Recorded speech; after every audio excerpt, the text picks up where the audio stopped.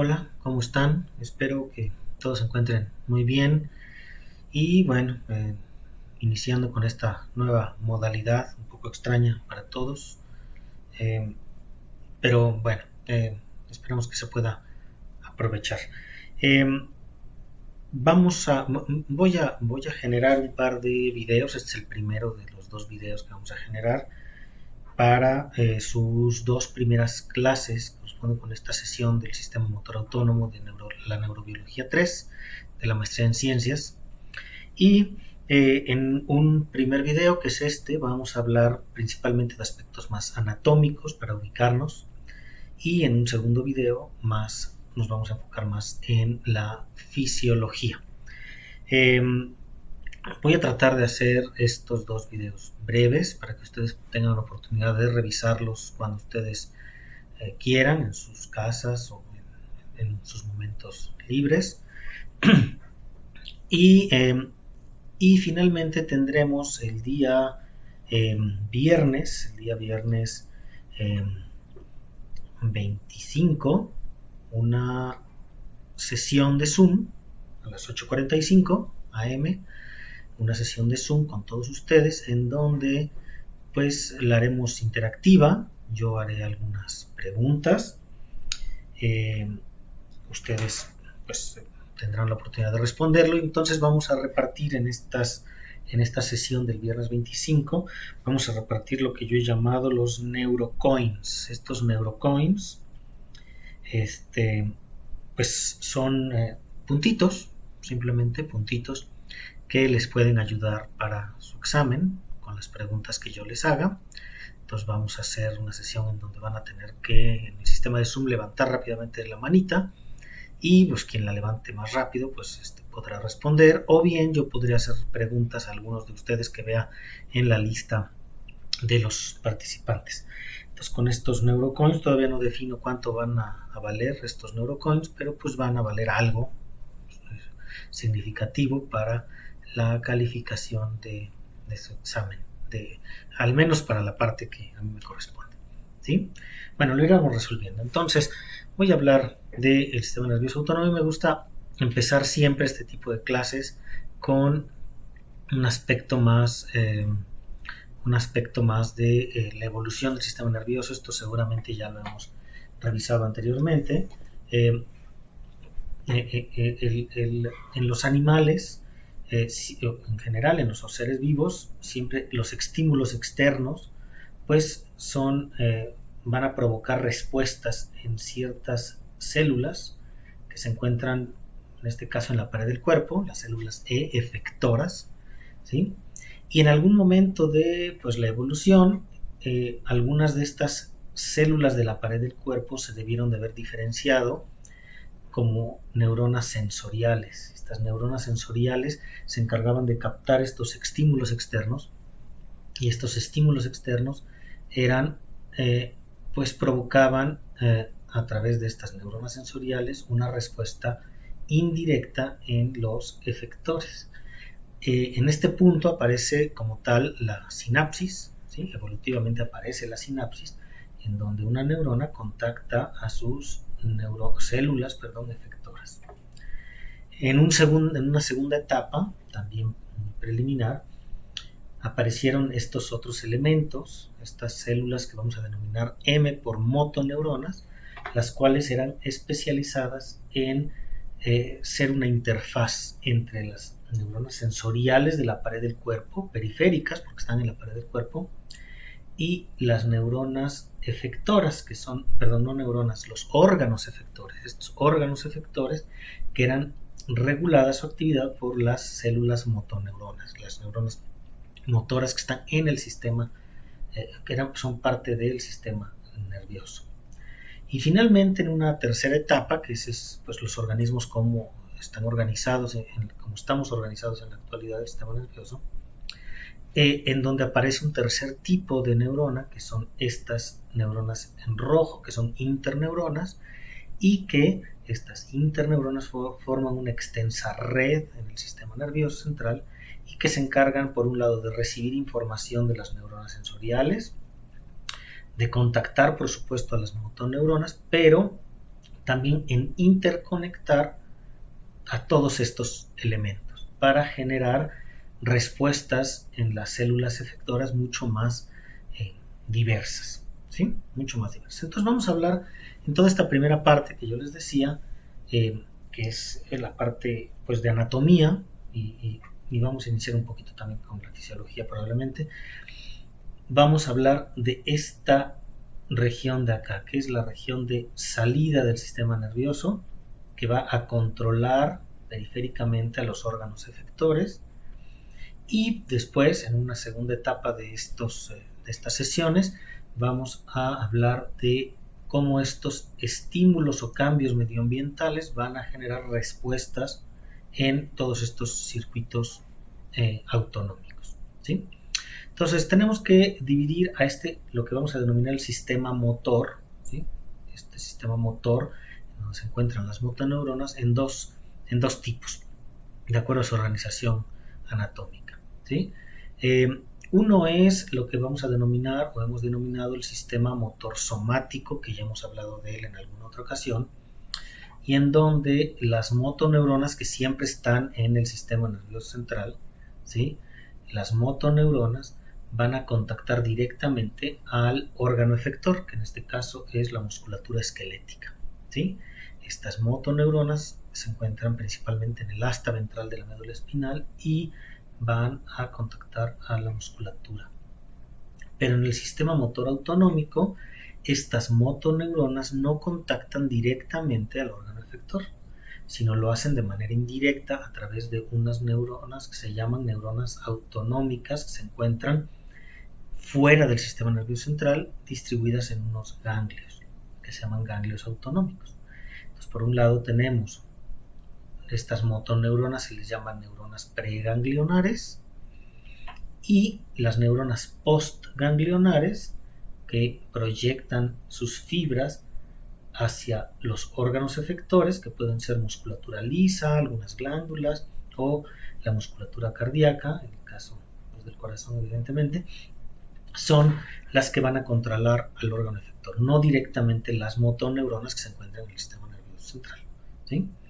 Ok, entonces vamos a empezar a ver cómo están organizadas estos sistemas en la médula espinal. Entonces tenemos que recordar que en el caso de la médula espinal, pues tenemos, como les decía yo, señales de entrada, ¿sí?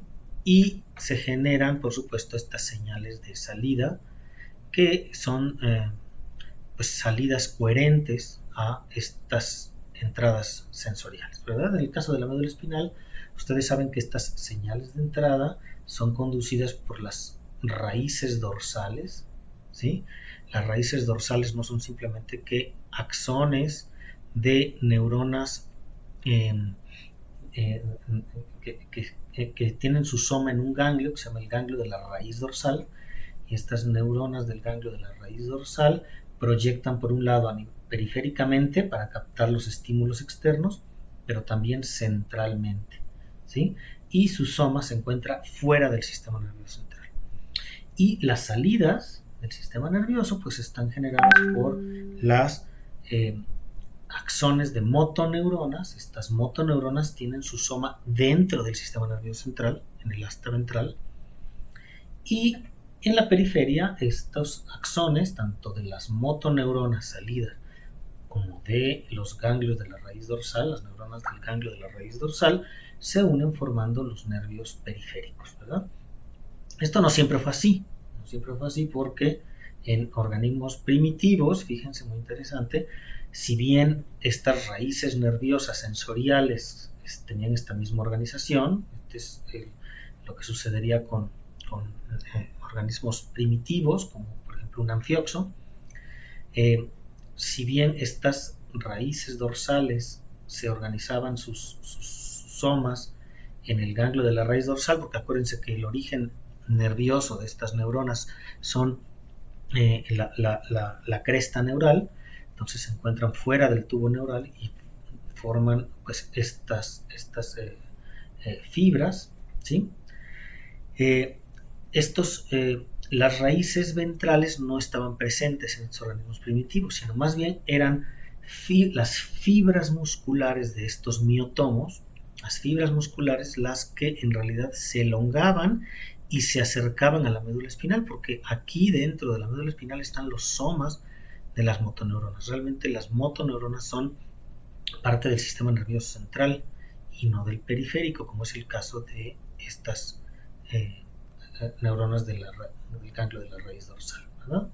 Entonces, como ustedes pueden ver, pues hay desde estadios muy primitivos una organización de segmental, es decir, distintos segmentos de la médula espinal pues controlaban distintos segmentos periféricos, y eso, bueno, pues ustedes ya lo conocían muy bien a nivel sensorial. A nivel sensorial, como les voy a mostrar ahorita, es, me la voy a pasar esta, a nivel sensorial, pues existe una organización segmental, ¿sí? En donde distintos segmentos de la médula espinal, distintos nervios espinales, van a inervar o colectar información sensorial de distintas regiones del cuerpo. Estas regiones del cuerpo, ¿sí? Que se conocen como se conocen como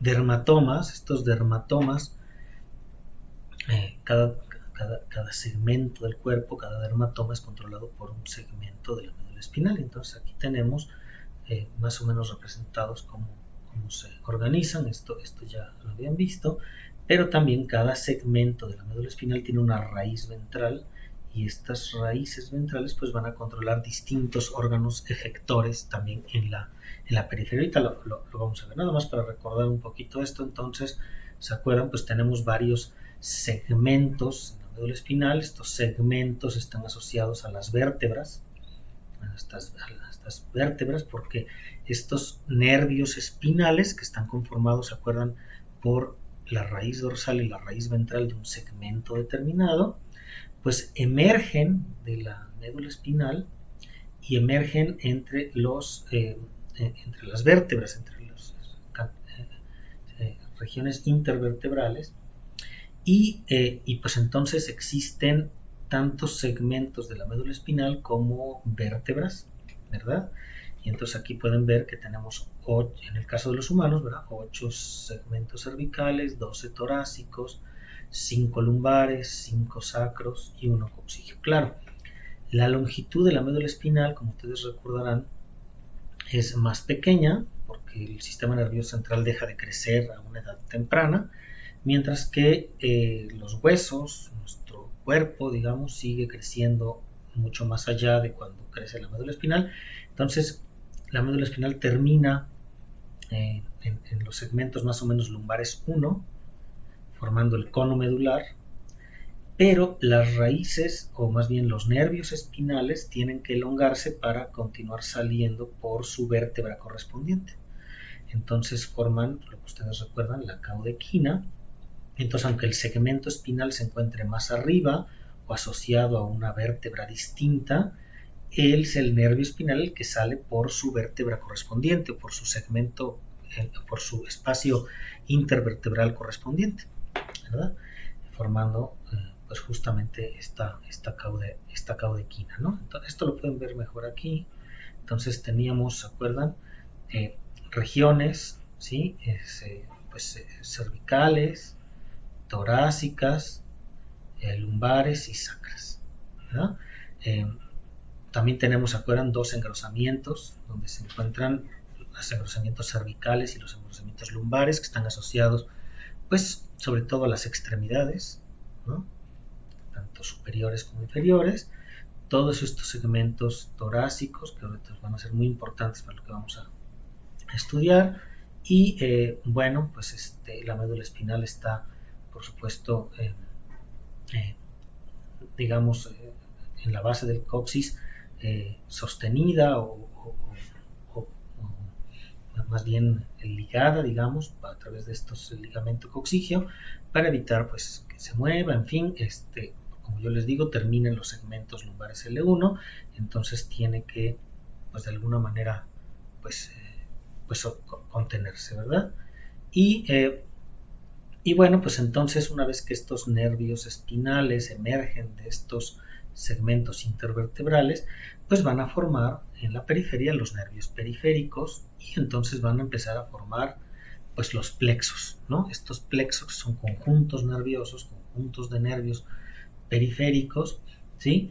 Y estos plexos, pues los que están asociados a los engrosamientos, pues son el plexo cervical, braquial, ¿sí?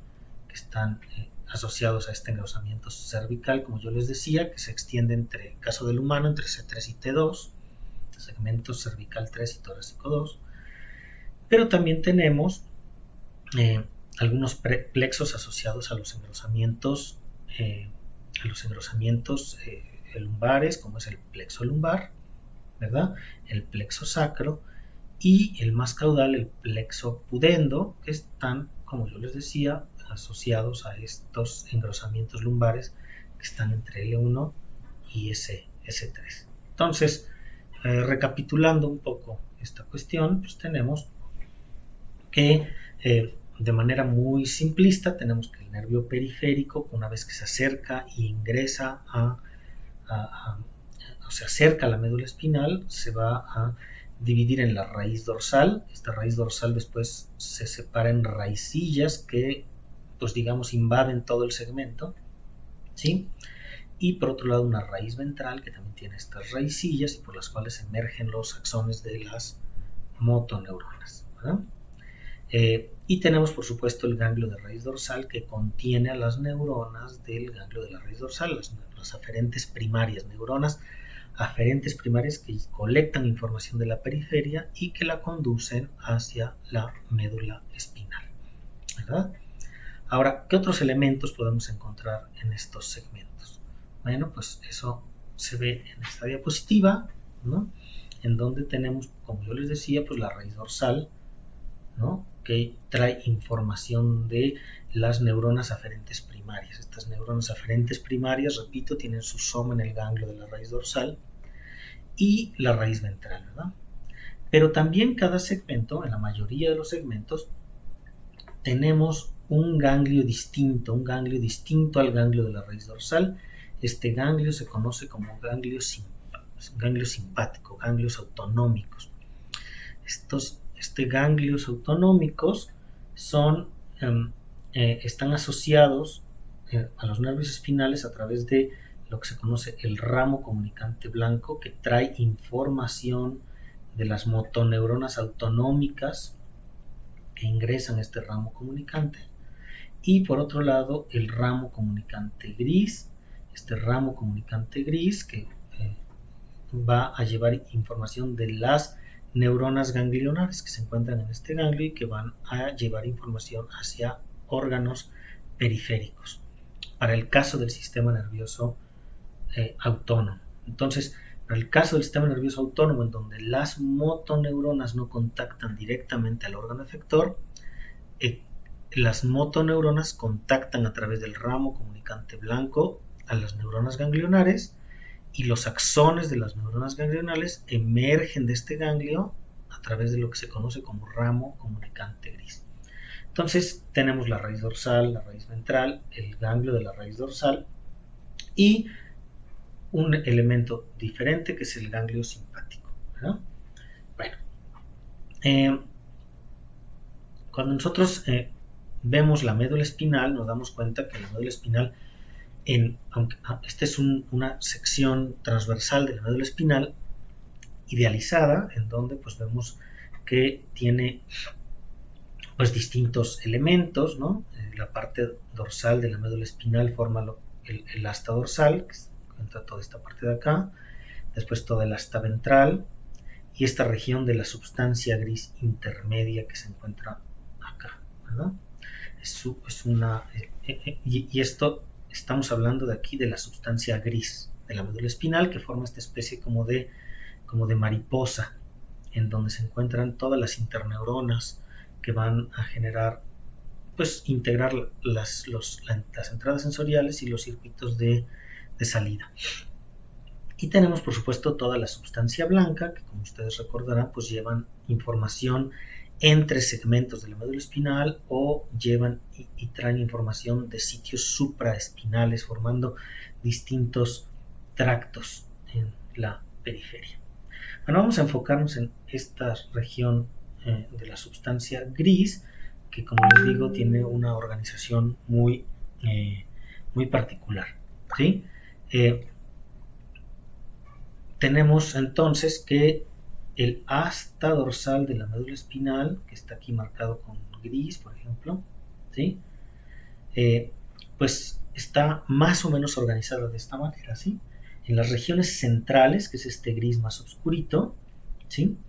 Pues se encuentran las neuronas sensoriales somáticas, las que reciben información, por ejemplo, de pues los receptores de la piel, de las articulaciones, tal vez de los músculos, y se encuentran sobre todo en esta región de acá.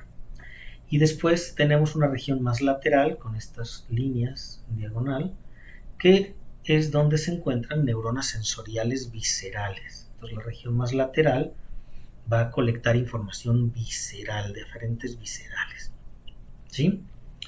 Y después tenemos que toda esta región más ventral de la sustancia gris, que es el asta ventral propiamente dicha, pues es la que tiene las motoneuronas del sistema motor somático.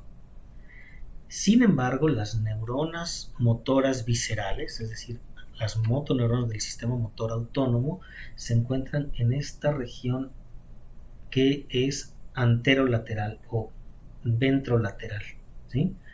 Que se encuentra en la sustancia gris intermedia lateral. Y aquí en esta región ventrolateral, anterolateral, se encuentran las neuronas motoras viscerales, ¿sí? Es una región más pequeña, anatómicamente hablando, que donde se encuentran las motoneuronas del sistema motor somático. Esta es una manera de ver o cómo está organizada la sustancia gris de la médula espinal, pero también esta sustancia gris se organiza de manera histológica en distintas áreas, ¿verdad? Que tienen nombres. Entonces esto lo podemos ver aquí, ¿no? El asta dorsal en general está formada por láminas de células que, como tienen características distintas, se pueden observar histológicamente. Y entonces tenemos que toda la sustancia gris, si nosotros analizamos una hemimédula, ¿sí? O sea, si partimos a la médula bilateralmente y solamente vemos una de ellas, pues vemos que la sustancia gris tiene 6 láminas de Rexed, todas muy paralelas entre sí, ¿sí? Son las primeras 6, 1, 2, 3, 4, 5, 6, y las primeras 6 láminas de Rexed, porque fue Rexed quien las describió originalmente, pues forman el asta dorsal. Después, esta región intermedia de la que ya hablábamos anteriormente, pues forma la sustancia gris intermedia, y finalmente esta región ventral, el cuerno ventral o el asta ventral de la médula espinal, ¿sí? Van a formar, pues van a estar formados por las capas 8 y 9, láminas 8 y 9 de Rexed. Finalmente la lámina 10 es la que rodea al canal central, ¿sí? Bueno, entonces tenemos que de esta manera se organizan la sustancia gris de la médula espinal. Entonces esta es una manera de verlo. Entonces, recapitulando, pues tenemos el asta dorsal, el asta ventral, la sustancia gris intermedia, y estas grandes zonas, ¿sí? Pues se dividen en distintas láminas que se conocen como láminas de Rexed. Entonces, poniéndolo en el contexto de esta clase, tenemos que sobre todo la lámina 9 y 8, que es la zona más grande, son donde se encuentran los somas de las motoneuronas del sistema motor somático. Y es en esta región intermedia, la zona intermedia, pero la región más lateral de la lámina 7, donde se encuentran las motoneuronas del sistema motor autónomo, ¿verdad? Esto, por supuesto, en la médula espinal, pero el sistema motor autónomo y las motoneuronas también se extienden a lo largo del tallo cerebral. El tallo cerebral no tiene esta estructura. el tallo cerebral, una vez que la médula espinal deja de ser médula espinal y empezamos con el tallo cerebral, lo que vemos nosotros es que estas distintas láminas de Rexed se agrupan formando núcleos, ¿sí? Y estos núcleos pueden ser núcleos sensoriales, núcleos motores, pero ya no tienen esta organización donde la sustancia blanca rodea a la sustancia gris. Ya se empieza a formar se empiezan a segregar distintos núcleos, ¿sí? Sensoriales y motores, y pues los tractos siguen ascendiendo y descendiendo por regiones que se encuentran en el tallo cerebral. De manera muy interesante es esta organización de la región de la lámina 7, que es la que se encuentra menos organizada en núcleos desde la médula espinal, se continúa en el tallo cerebral formando lo que se denomina le voy a mostrar aquí, lo que se denomina la formación reticular. Esta formación reticular, que aquí se muestra con colorcitos, es una continuación de la lámina 7 de la médula espinal y forma una red, como ustedes saben, una red no bien definida y bueno, anatómicamente es una continuación de la lámina 7 de la médula espinal, que como veíamos no tiene esa organización tan definida. Bueno, si nosotros analizamos ahora la médula espinal en sus diferentes segmentos, vemos que no es homogénea. Vemos, por ejemplo, que en los engrosamientos, tanto cervicales como lumbares, el asta ventral es muy grande, muy grande. Vemos aquí, vean ustedes, es muy grande el asta ventral. Pero si nosotros ahora vemos los segmentos torácicos, vemos que la asta ventral es ahí chiquitita, toda chafa. Pero empezamos a ver que la sustancia gris intermedia, la lámina 7, tiene un tamaño mayor, que aquí pues no es tan claro, ¿no? Y bueno, eso lo podemos ver mejor en la siguiente diapositiva, en donde vemos que pues vemos, por ejemplo, vean aquí en estos segmentos cervicales tiene un asta ventral pues más grande, ¿sí? Pero esta región que se denomina región intermedio lateral de la sustancia gris, que incluso forma estos como chipotitos o regiones más grandes, pues se encuentran sobre todo a nivel torácico, ¿sí? Aquí lo ven muy claro. Vean, por ejemplo, estos núcleos sensoriales, tanto del asta ventral dorsal como del asta ventral, ¿sí? Pues más o menos se distribuyen de manera homogénea en todos los segmentos, cervicales, torácicos, lumbares, sacros, coccygeos. Pero estos intermedios, que solamente están como presentes en la región torácica, justamente, si lo siguen, corresponden a estas columnas intermedio laterales e intermedio mediales. Es decir, otra vez, insisto, en la capa 7, en la lámina 7, ¿verdad? Entonces, bueno, pues eso es justamente porque ahí, en esos segmentos, es donde se encuentran la mayoría de las motoneuronas viscerales, ¿sí? Y en los engrosamientos es donde se encuentra la mayoría de las neuronas motoneuronas somáticas. Entonces, el mensaje hasta ahorita es que a nivel torácico, en la lámina 7 se encuentran las motoneuronas viscerales, y en los engrosamientos, tanto cervicales como lumbares, es donde se encuentran principalmente, vean, las motoneuronas somáticas, y por eso solamente aparecen en esos segmentos y son más grandes ahí. Bueno, entonces, recapitulando, estas motoneuronas somáticas del asta ventral contactan directamente la musculatura, en el caso de la médula espinal, de las extremidades, y en los niveles torácicos, ¿sí?, se encuentran las motoneuronas de la capa 7 autonómicas. Estas neuronas de la lámina 7 son aquellas que van a regular pues a musculatura lisa, glándulas, etcétera, musculatura cardíaca, a través de neuronas ganglionares, ¿sí?, que se encuentran en estos ganglios autonómicos o simpáticos. Ok, entonces, este sistema motor autonómico, como muchos de ustedes ya saben, tiene incluso dos subdivisiones funcionales, que no nada más son funcionales, sino también anatómicas. Estas subdivisiones pues generan lo que conocemos, estas dos divisiones son las que conocemos como el sistema que denominamos sistema autonómico simpático y el sistema parasimpático, que si recuerdan pues tienen funciones antagónicas, ¿verdad?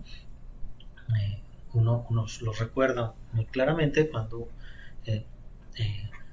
sobre todo el sistema simpático, que aquí está otra vez definido en B, ¿no? Este es el sistema motor somático, este es el visceral simpático, el B, este sistema simpático, pues está asociado sobre todo a la alerta, al escape, a la huida, a aumentar la frecuencia cardíaca, a generar un aumento en la presión arterial y dirigir la sangre a los músculos, a dilatar las pupilas, etcétera, etcétera.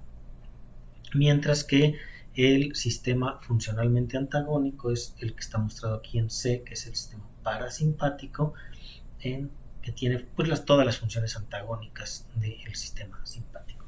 Fíjense que de manera muy interesante el sistema simpático, las motoneuronas del sistema simpático son motoneuronas que tienen axones cortos y son las neuronas ganglionares las que contactan al órgano efector, las que tienen axones largos, mucho más largos. Es decir, estos ganglios autonómicos se encuentran muy cercanos a la médula espinal y por lo tanto las motoneuronas simpáticas tienen que contactarlos y pues lo hacen de manera muy cercana porque se encuentran ahí muy cerca. Sin embargo, el sistema parasimpático se diferencia porque las motoneuronas del parasimpático tienen axones muy largos y estos ganglios autonómicos se encuentran o muy cerca del órgano efector o incluso dentro del órgano efector. Dentro del órgano efector se encuentran estas neuronas postganglionares o ganglionares que van a contactar propiamente el órgano efector. Aquí en la siguiente se los puedo mostrar mucho más detallado, ¿sí? Vemos cómo están organizados. Aquí tenemos del lado izquierdo esta división que denominamos simpática. Esta división simpática sobre todo se encuentra en todos los segmentos torácicos de la médula espinal, en donde las motoneuronas pues van a contactar a estos ganglios, ¿sí? Estos ganglios que están muy cercanos a la médula espinal, esta cadena de ganglios torácicos, principalmente son aquellos que van a recibir información de las motoneuronas viscerales, y estas motoneuronas viscerales contactan a las neuronas ganglionares para que estas a su vez, que están aquí marcadas en amarillo, pues vayan a controlar al órgano efector, ¿verdad? Y este órgano efector pues puede ir desde las pupilas, las glándulas salivales, las vías respiratorias, el corazón, hígado, etcétera, etcétera. Y entonces muchos de ellos lo hacen a través de estas neuronas ganglionares que se encuentran en dos regiones principales. Esto es muy, muy importante, ¿sí? Tenemos por un lado estos ganglios que les decía que son muy cercanos a la médula espinal, que son los ganglios paravertebrales, esta cadena de ganglios paravertebrales muy cercanos a la médula espinal, y por otro lado unos ganglios, se encuentran en regiones más lejanas, que es unos ganglios que se llaman prevertebrales, que son, por ejemplo, el ganglio celíaco, celíaco, y el ganglio mesentérico, que reciben también neuronas preganglionares. Vamos a hacer una pausa aquí. Muy bien, entonces tenemos que esta división simpática, que en donde las motoneuronas simpáticas tienen axones cortos, hacen contactos con las neuronas ganglionares que se encuentran distribuidas tanto en la cadena de ganglios paravertebrales como en los ganglios prevertebrales, ¿sí? Hay un caso particular muy interesante en donde estas neuronas que contactan a las glándulas suprarrenales, en particular al núcleo de la glándula suprarrenal, que es la médula adrenal, en donde se contacta directamente esta médula adrenal, ¿sí? Esta médula adrenal se considera un ganglio autonómico propiamente, ¿sí? A diferencia, el sistema parasimpático, como yo les decía, se distribuye no en los segmentos torácicos de la médula espinal, sino se distribuye en dos grandes zonas, como pueden ver aquí. Es en la región del tallo cerebral, principalmente están formados por tres grandes nervios craneales o pares craneales, que es el oculomotor, el facial, glosofaringeo y el vago. Y los axones de estas motoneuronas que se encuentran en estos distintos núcleos autonómicos van a contactar a sus órganos efectores, como pueden ver aquí. Y la otra región es en los segmentos sacros, entre S2 y S4, ¿sí?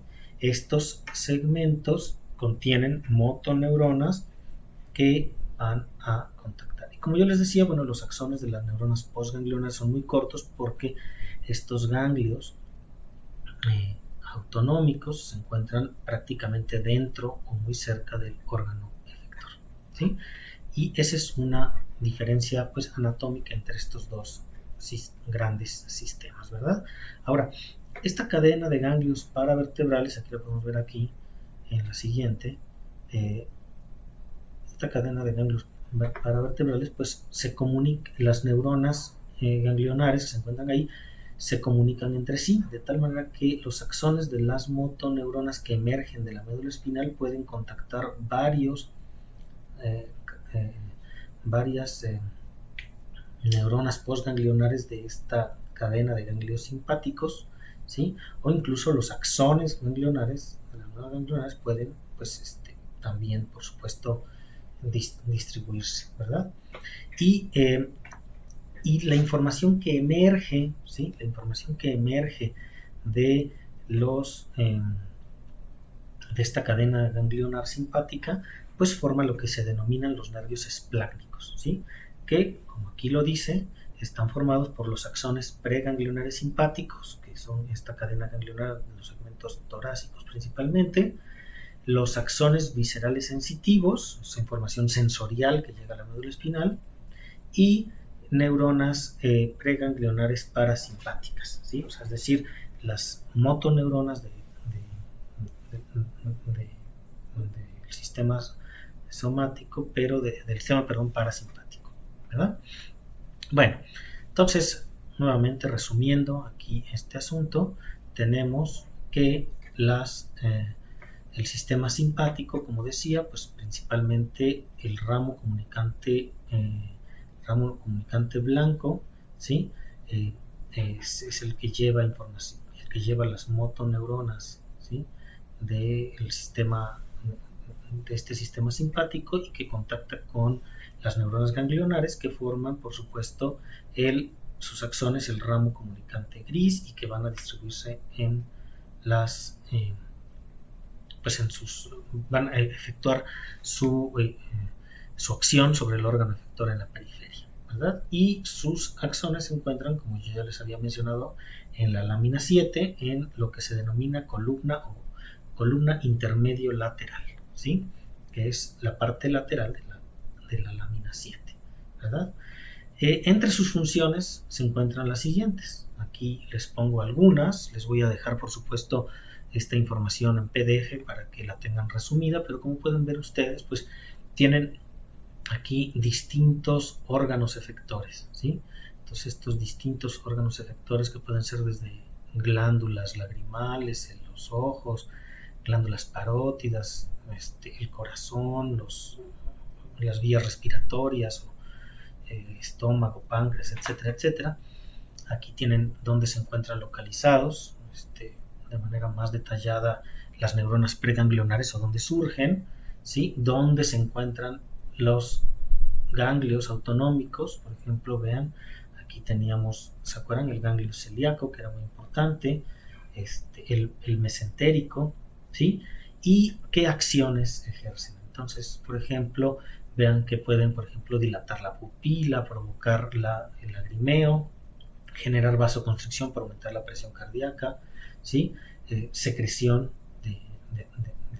piloerección, por ejemplo, la vasodilatación de los bronquios y de las vías respiratorias para que ingrese mucho más oxígeno y haya más gasto, secreción de catecolaminas en la glándula adrenal, en fin, estas son las acciones que ustedes ya conocen que se generan por el sistema simpático y que les decía que funcionalmente es antagónico al parasimpático. Por otro lado, el sistema parasimpático, decíamos, surge principalmente del tallo cerebral o bien de las regiones sacras, de los segmentos sacros, y en los segmentos sacros surge pues otra vez de la zona intermedia de la sustancia gris de la médula espinal, y como yo les decía, sus axones son largos de las neuronas preganglionares y muy cortos las postganglionares, ¿sí? ¿Qué funciones ejerce el sistema parasimpático? Pues como yo les decía, ¿se acuerdan? De manera son antagónicas, y estas pues son pues igual, ¿no?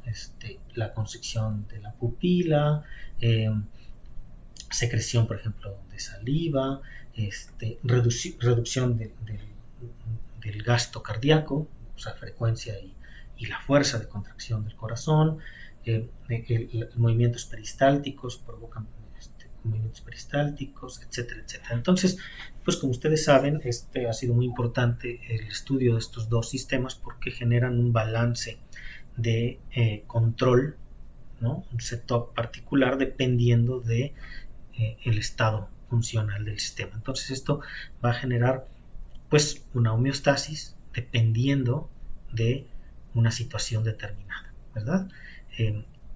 Algunas veces es el sistema simpático el que tiene que prevalecer sobre las acciones parasimpáticas, generando un tono simpático, y algunas otras veces es el sistema parasimpático, pero eso va a depender de en el momento particular en el que se encuentra el organismo, ¿verdad? Vamos a ver algunos ejemplos hacia el final de acá.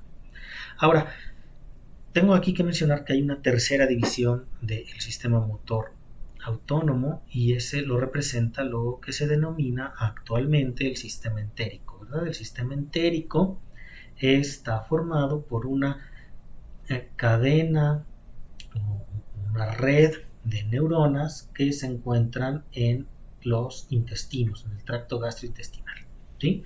Y si bien estas neuronas que aquí están representadas, vean, en esta región de acá en azul y verde, son controladas por neuronas parasimpáticas y simpáticas de estas dos divisiones de las que hemos hablado, también tienen una cierta autonomía. Este sistema entérico es muy complejo y se cree que incluso hay muchas más neuronas en este sistema que las que tiene el sistema nervioso central.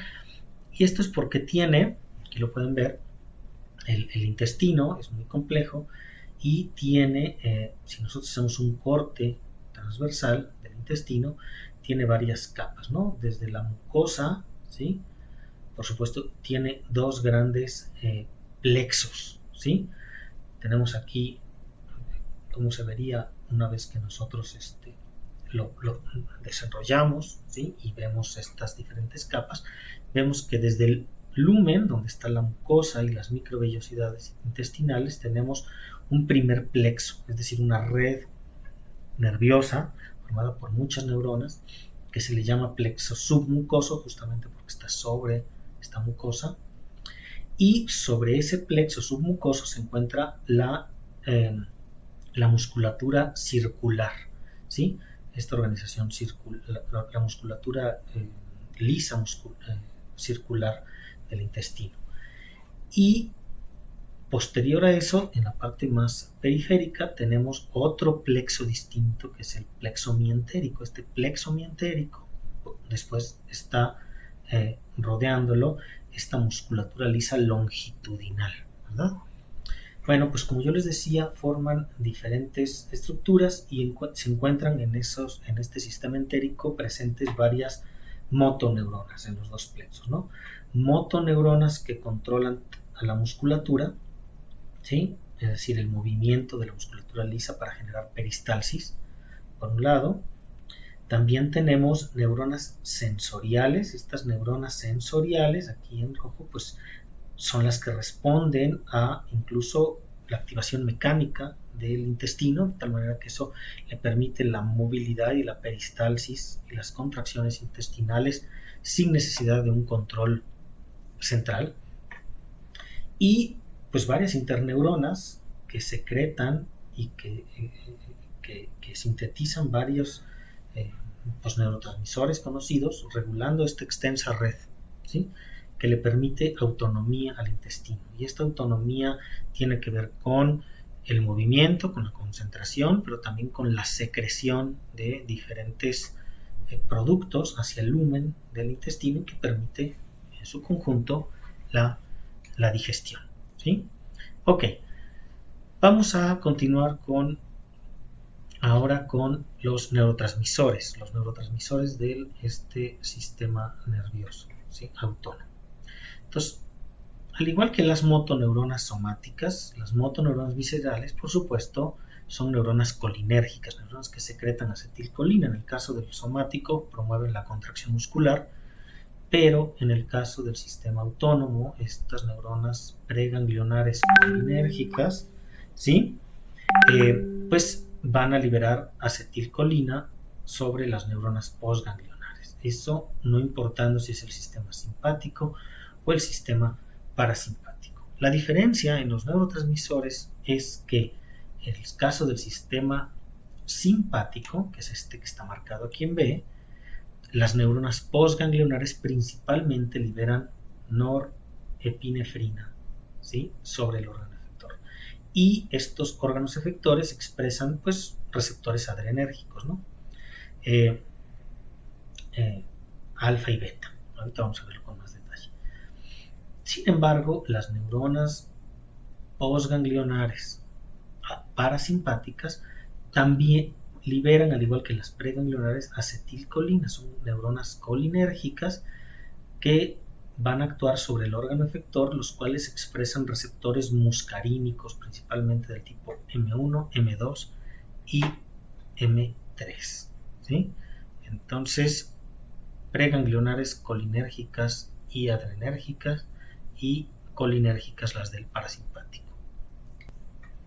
Muy bien, entonces esto es mucho más complejo de lo que les venía yo mencionando, ¿sí? Si bien las neuronas preganglionares son colinérgicas, como yo les decía, ¿sí?, las neuronas postganglionares tradicionalmente o de manera clásica pues liberan noradrenalina sobre el órgano efector, en este caso por ejemplo generando la piloerección y las respuestas que conocíamos. Estas neuronas postganglionares de manera en general lo que hacen es que coliberan diferentes neurotransmisores. Por ejemplo, en este caso noradrenalina y neuropéptido Y, algunos otros péptidos que son neuromoduladores o moduladores y que generan pues las distintas respuestas de las que ya les hablaba, ¿sí? Eso viene mejor en esta de acá, ¿no? Entonces existe una, como yo les decía, coliberación, ¿sí? En algunos casos, por ejemplo, este es el caso de lo que ocurre en el ganglio autonómico, en donde se libera acetilcolina y las neuronas ganglionares pues pueden expresar tanto receptores muscarínicos como nicotínicos. Ahora vamos a ver con detalle un ejemplo, pero pues los nicotínicos son ionotrópicos y los muscarínicos son receptores metabotrópicos. Pero en el caso de lo que sucede a nivel periférico, pues vemos que la norepinefrina, ¿sí?, puede provocar la liberación y actuar sobre sus receptores postganglionares, en este caso, por ejemplo, ¿sí?, en la unión neurovascular, generando vasoconstricción a través de la activación de receptores alfa 1, ¿sí? Pero también se puede coliberar esta acetilcolina, ¿sí? Por ejemplo, en este caso, la acetilcolina del sistema parasimpático con el péptido intestinal vasoactivo y generando una modulación distinta dependiendo pues del órgano que se trate, ¿verdad? Entonces, en general son las neuronas postganglionares las que coliberan neurotransmisor. Y entonces esto lo podemos ver en el siguiente ejemplo, en donde tenemos, por ejemplo, neuronas preganglionares de distintos tipos o en distintos segmentos. Estos experimentos se han hecho en la rana, ¿sí? Entonces, en estos segmentos hay neuronas de distintos tipos que expresan diferentes marcadores moleculares y bueno, pues tienen distintas propiedades, incluso distintas propiedades de conducción, y como yo les decía, pues esta acetilcolina a nivel de los ganglios autonómicos, pues se libera generando respuestas en receptores nicotínicos o muscarínicos en las neuronas postganglionares. Y finalmente estas neuronas postganglionares pueden pues generar efectos en su órgano efector, en este caso, por ejemplo, glándulas cutáneas, secreción, ¿sí?, de algunas sustancias por estas glándulas, o bien aspectos que tienen que ver con pues la vasodilatación, ¿verdad? A través de la epinefrina y neuropéptido Y. Bueno, esta acetilcolina que se libera en el ganglio puede actuar, por supuesto, a nivel de autorreceptores, regulando la cantidad de acetilcolina que se libera. Generalmente son retroalimentaciones negativas, ¿sí? O generando respuestas rápidas para los receptores ionotrópicos o lentas para los metabotrópicos. Y algunos otros neuromoduladores, como esta sustancia LHRH, ¿sí?, puede incluso difundir y activar receptores extrasinápticos, generando respuestas no solamente en la neurona postganglionar respectiva, sino en neuronas postganglionares vecinas, ¿verdad? Y bueno, aquí tenemos más o menos las pruebas electrofisiológicas que se hicieron para demostrar que esto era cierto, ¿no? Vean, por ejemplo, aquí tenemos respuestas nicotínicas en las neuronas postganglionares muy rápidas, ¿sí? Vean la barra de calibración, pero también estas mismas neuronas generan respuestas lentas, ¿sí?, provocadas por la activación de estos receptores muscarínicos. Y vean, aquí es una barra de tiempo muy distinta a esta de acá. Entonces, mientras que tienen respuestas excitatorias muy rápidas, también pueden generar respuestas inhibitorias muy lentas, ¿verdad? En unas u en otras células, dependiendo de pues de qué receptor se está activando, ¿no? Por supuesto que también estas respuestas, ¿sí?, estas respuestas pueden, si nosotros las vemos juntas, pues van acompañadas. Tenemos, por ejemplo, respuestas muy rápidas mediadas por receptores nicotínicos y también respuestas muy lentas. Al final, ¿sí?, como yo les decía, también la propia acetilcolina que se libera sobre la neurona postganglionar actúa sobre autorreceptores, regulando la cantidad de acetilcolina que se libera, y eso se ve acá. Estas son corrientes sinápticas, y estas corrientes sinápticas en presencia de muscarina, que de alguna manera activaría estos receptores autorreceptores o bloquearía estos autorreceptores, provoca que se liberara menos neurotransmisor, porque estas corrientes son mucho menores, ¿verdad? Y bueno, pues tenemos esto, lo que refleja es que tenemos respuestas muy diversas dependiendo de los receptores que expresen cada una de estas neuronas postganglionares o bien el órgano efector. Y eso lo vamos a ver con más detalle en esta siguiente imagen, en donde vemos pues las distintas respuestas provocadas por la activación de distintos receptores. Por ejemplo, vean ustedes que estos receptores alfa 1 expresados en el músculo, por ejemplo, liso, de los vasos sanguíneos, de los uréteres, del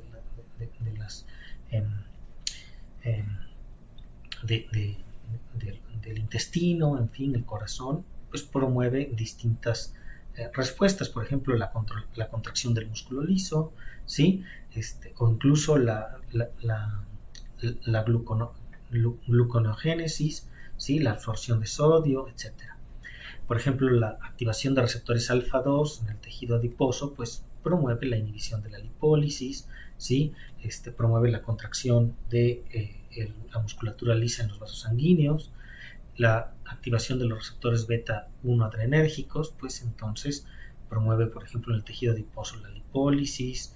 En fin, aquí pueden ver muchas respuestas provocadas por la activación de estos receptores periféricos, ¿sí? Y bueno, pues estos son efectos que pueden ser simpáticos, y algunos de los que son parasimpáticos, como yo les decía, principalmente están mediados por receptores muscarínicos, pues van a provocar los efectos antagónicos en estos mismos músculos. Por ejemplo, vean aquí, tenemos que la musculatura lisa de estas glándulas en el intestino, pues van a provocar la contracción y la secreción, ¿sí? Tengo otro resumen en la siguiente, en donde viene tal vez mucho más detalle, incluyendo algunos otros neuromoduladores de los que ya hablábamos, ¿sí? Y aquí pueden pues ver con mucho más detalle todas estas respuestas que se provocan, que pues dependen del receptor al cual se esté activando, ¿verdad? Pero finalmente, bueno, pues respetando que son efectos antagónicos los del sistema simpático y parasimpático, pero no se queden con esa visión, sino más bien importa mucho más el tipo de receptor que exprese el órgano efector y sus respuestas pues van a depender de ello. Bueno, con esto vamos a terminar esta primer sesión. Vamos a iniciar posteriormente con otra. Y bueno, nos vemos en el siguiente video.